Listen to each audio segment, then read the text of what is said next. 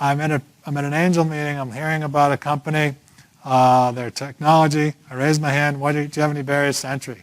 We're provisionally patented.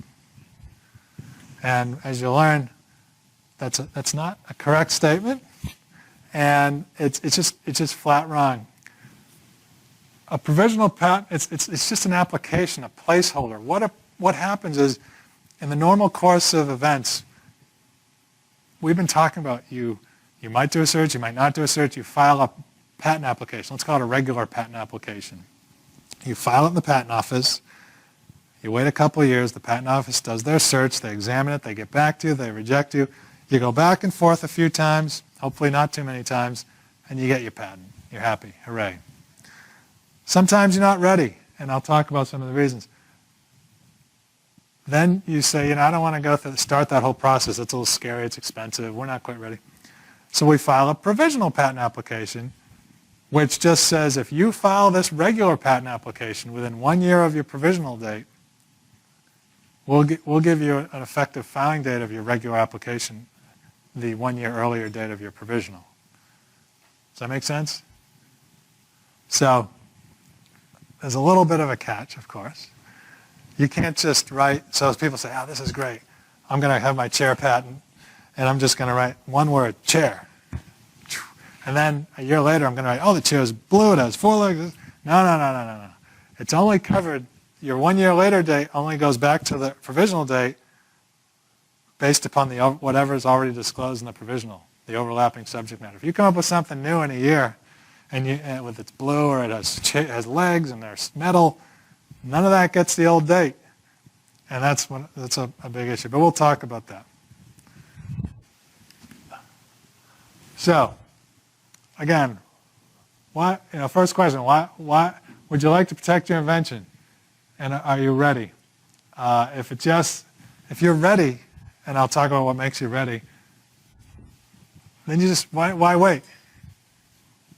Get a regular patent application. In fact, sometimes we accelerate examination at the patent office as a new process. They'll let you get an examination within 1 year, which seems long, but it's actually pretty fast.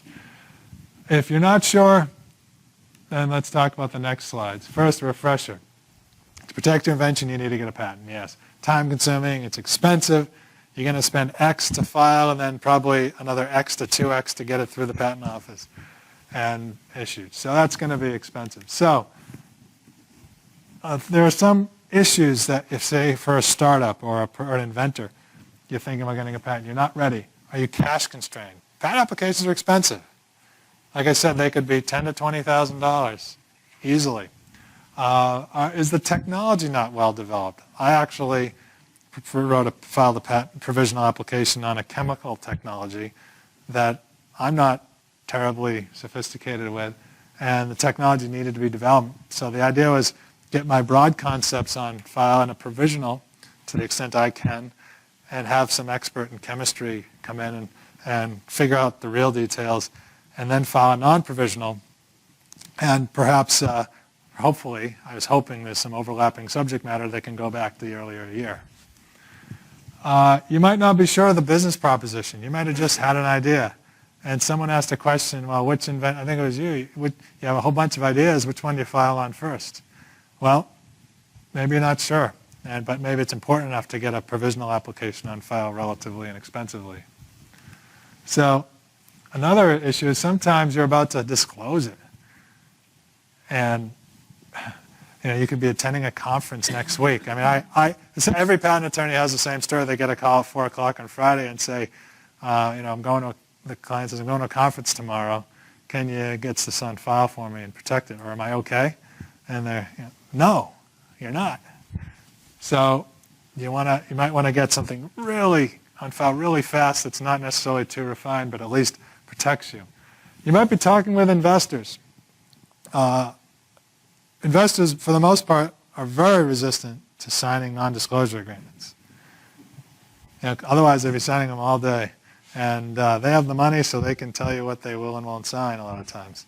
So to protect that yourself, you could file a provisional application, which is, again, less expensive. If you're meeting with potential partners, I mean partners like business business partners. I'm selling this valve. Maybe I want to go to Baxter and say, hey, I know I have a contact. Hey, Peter's contacting U.S. Surgical. He's, he likes to protect his patents. He said with his inventions before he talks to these people with provisionals. That's definitely much stronger than a non-disclosure agreement.